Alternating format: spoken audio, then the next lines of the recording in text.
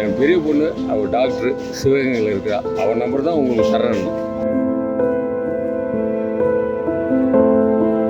நான் இப்போ வரைக்கும் நான் இந்த மாதிரி நிலைமையில் இருக்குன்னு நான் அவங்களுக்கு தெரியாது. நான் எங்கேயோ இருக்கிறேன்னு மட்டும் தெரியும். இது ஃபுல்லாக மண்டை ஃபுல்லாக தையல். பஸ் ஏறி இப்படி வந்துடலாம், கோயில்கிட்ட வரலாம், கோயிலை பார்க்கலான்னு சொல்லிட்டு ஒரு ஆசையில் வந்தேன் ஐயா. இது வந்து தான் தப்பு. இந்த மேலே ஏறணும் பாருங்க.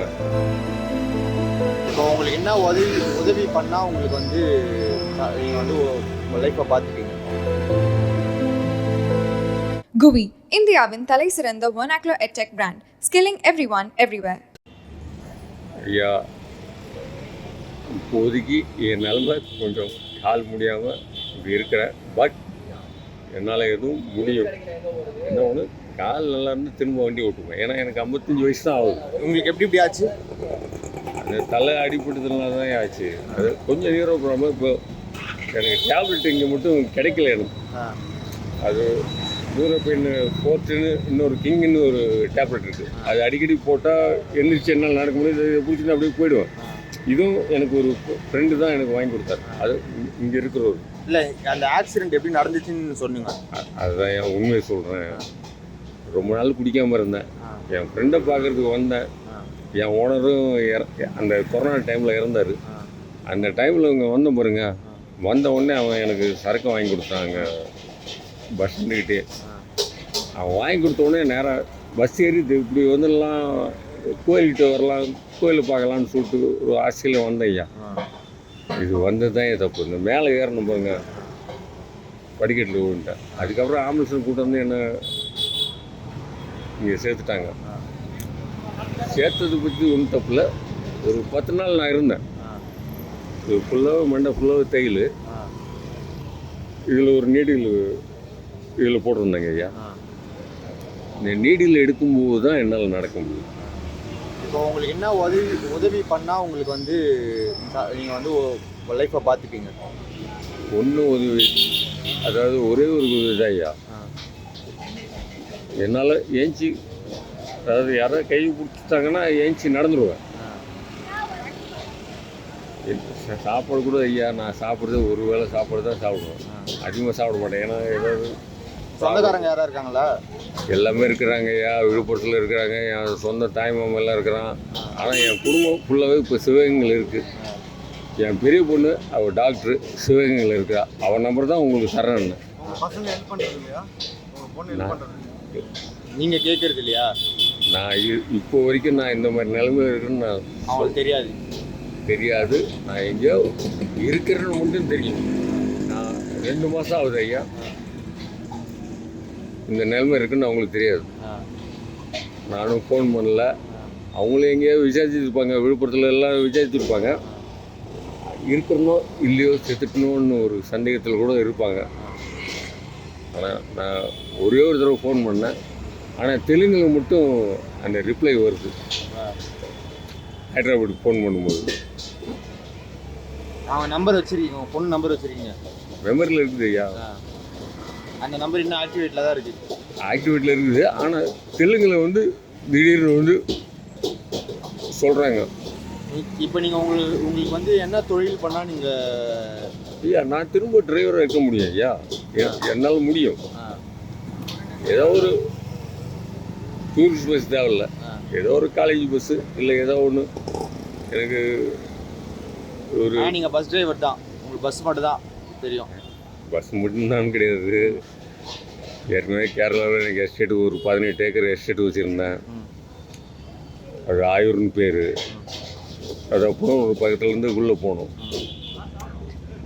நான் பொண்ணு கண்டது மலையிலேயோ அங்கே இருந்தேன். ஆனால் என் ஒய்ஃப் இருந்து 27 வருஷம் ஆகுது. இந்த 27 வருஷத்தில் நான் அந்த இழந்தனா வந்து இந்த குடிக்க ஆரம்பிச்சேன். ஆனால் அப்பயும் நடுவில் நிப்பாட்டினேன் என் பிள்ளைங்களுக்காக. ஆனால் என் 2 பிள்ளைங்களும் நல்லா கல்யாணம் பண்ணி வச்சேன். எல்லாருக்கும் நல்லா செஞ்சு வச்சுட்டேன். எங்கள் அப்பா மட்டும் உயிரோடு இருந்தால் என்னை இந்த அளவுக்கு விட்டுருக்க மாட்டார். அவர் இறந்து இப்போ ஒரு 7-8 வருஷம் இருக்கும். 2 பசங்களும் தேடலையா? உங்கள் 2 பசங்களும் உங்களை தேடலையா? அவங்க தேடுவாங்க, யார் தேடாமல் இருக்க மாட்டாங்க. ஆனால் என் பெரிய பொண்ணு நம்பர் மட்டும்தான் என்கிட்ட இருக்குது. சின்ன பொண்ணு நம்பர் என்கிட்ட இல்லை. இப்போ உங்கள் பெரிய பொண்ணு வந்து நான் உங்களை வந்து கான்டாக்ட் பண்ண சொன்னால், இல்லை அவங்க வந்து உங்களை கூட்டிகிட்டு போகிறாங்கன்னா உங்களுக்கு ஓகேவா? நிச்சயமையா. நிச்சயமா. அப்போ நாங்கள் வந்து மீடியாவாக நாங்கள் வந்து அந்த உதவி உங்களுக்கு பண்ணுறோம்.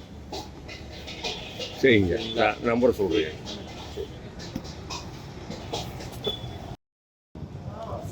சொல்லுங்கள். இந்த ரைட் சைடு மிஷின் சீட்டு உள்ளே போயிட்டு லெஃப்ட்டு திரும்பினா ஒஸ்பீஸ் மடம், அங்கே தான் என்னை சேர்த்து விட்டா. எனக்கு உடம்பு சரியில்லாத போது. நீங்கள் இருக்கிறது இப்போ பாண்டிச்சேரி? இப்போ இருக்குது பாண்டிச்சேரி. என்னை அங்கே சேர்த்து விட்டா. அவங்க தான் என்னை பார்த்துக்கிட்டாங்க. இப்போ நான் வந்தது என் லைசன்ஸ் ரினியூக்காக விழுப்புரம் போனது தான் தப்பு. அதோடு வந்து இங்கே திரும்ப என் ஃப்ரெண்டை பார்த்தது தப்பு. இப்போ நடுவில் இந்த குடித்ததுனால வந்தது தப்பு. இப்போ உங்களை இப்போ வந்து அவங்க உங்களை கூட்டிகிட்டு போனோன்னா எங்கே வந்து கூப்பிட்டு போகலாம்? ஒன்று கூப்பிட்டு போனால் ஒசூஸ் மடம், இல்லைன்னா இந்த ரைட் சைடு இந்த சைக்கிள் ஸ்டாண்ட், இந்த 2 இடத்துல எங்கே வேணாலும் என்னை வந்து கூப்பிட்டு போகலாம். சரி, வேறு எங்கேயும் நான் போக மாட்டேன் ஐயா. சரி, நன்றி. மாணவர்களுக்கு விருது வழங்குகிற ஒரு விழா, அவங்களை வந்து கௌரவித்து அவங்களுக்கான ஊக்கத்தொகை, அந்த பரிசு பொருட்லாம் கொடுத்து அங்கே நம்ம என்ன பேசணுமோ அதை மட்டும்தான் பேசணுன்றதுல ரொம்ப கவனமாக இருந்தார். நீங்கள் மாநாட்டில் பேசுங்க, அதுக்கான ரீச் வேறு. இப்போ நீங்கள் நம்ம மாநாடு இன்னும் ஒரு 2-3 மாதத்தில் மாநாடு வரப்போகுது. அந்த இடத்துல இன்னும் இதை விட ரொம்ப பயங்கரமான ஸ்கில்ஸ்லாம் நம்ம தளபதியிலேருந்து எதிர்பார்க்கலாம். அது அங்கே பேசலாமோன்னு கூட நினச்சிருக்கலாம். அவர் இன்னைக்கு எதிர்க்கலையே நீட்டை.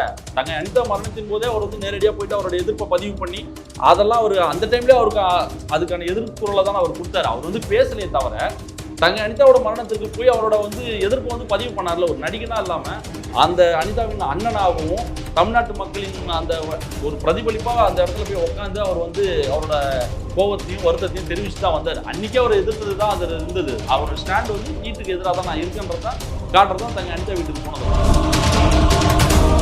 பேச வேண்டிய இடம் வேறன்னு நான் சொல்லிட்டேன். இப்போ சிஏஏ குறித்தும் சரி, நீட் குறித்தும் சரி, இனிமேல் இந்த ஒரே கல்வி, ஒரே நாடு, ஒரே உணவுன்னு இப்போ இந்த ஒன்றிய அரசு கொண்டு வர பல திட்டங்களை வந்து எதிர்த்து இவர் பேசதான் போறார். நேரடியாக தாக்க போறாரு இவர். ஏன்னா நமக்கு ஆப்போசிட்டான சித்தாந்தத்துல தான் இன்னைக்கு பிஜேபி இருக்கணும் போது அதுக்கான இடம் வரணும். அந்த மாநாட்டில் தான் நாங்கள் பேசணும்னு காத்துக்கிட்டு இருக்கோம். ஜோசப் விஜய் எப்படி போட்டு வைக்கலாம்? இது என்ன ஒண்ணுமே புரியல. நீங்க சமூக நீதி பேசக்கூடிய ஒரு கட்சியில இருக்கு, ஆதரவு நிலைப்பாட்டில் இருக்கக்கூடிய ஒரு மனிதர், பெரியாரிசம் பேசக்கூடிய ஒரு மனிதர், அம்பேத்கரிசம் பேசக்கூடிய ஒரு மனிதர், நீங்க எப்படி வந்து ஒருத்தர் போட்டு வச்சு ஜோசப் எப்படி போட்டு வைக்கலாம்னு கேக்குறீங்க?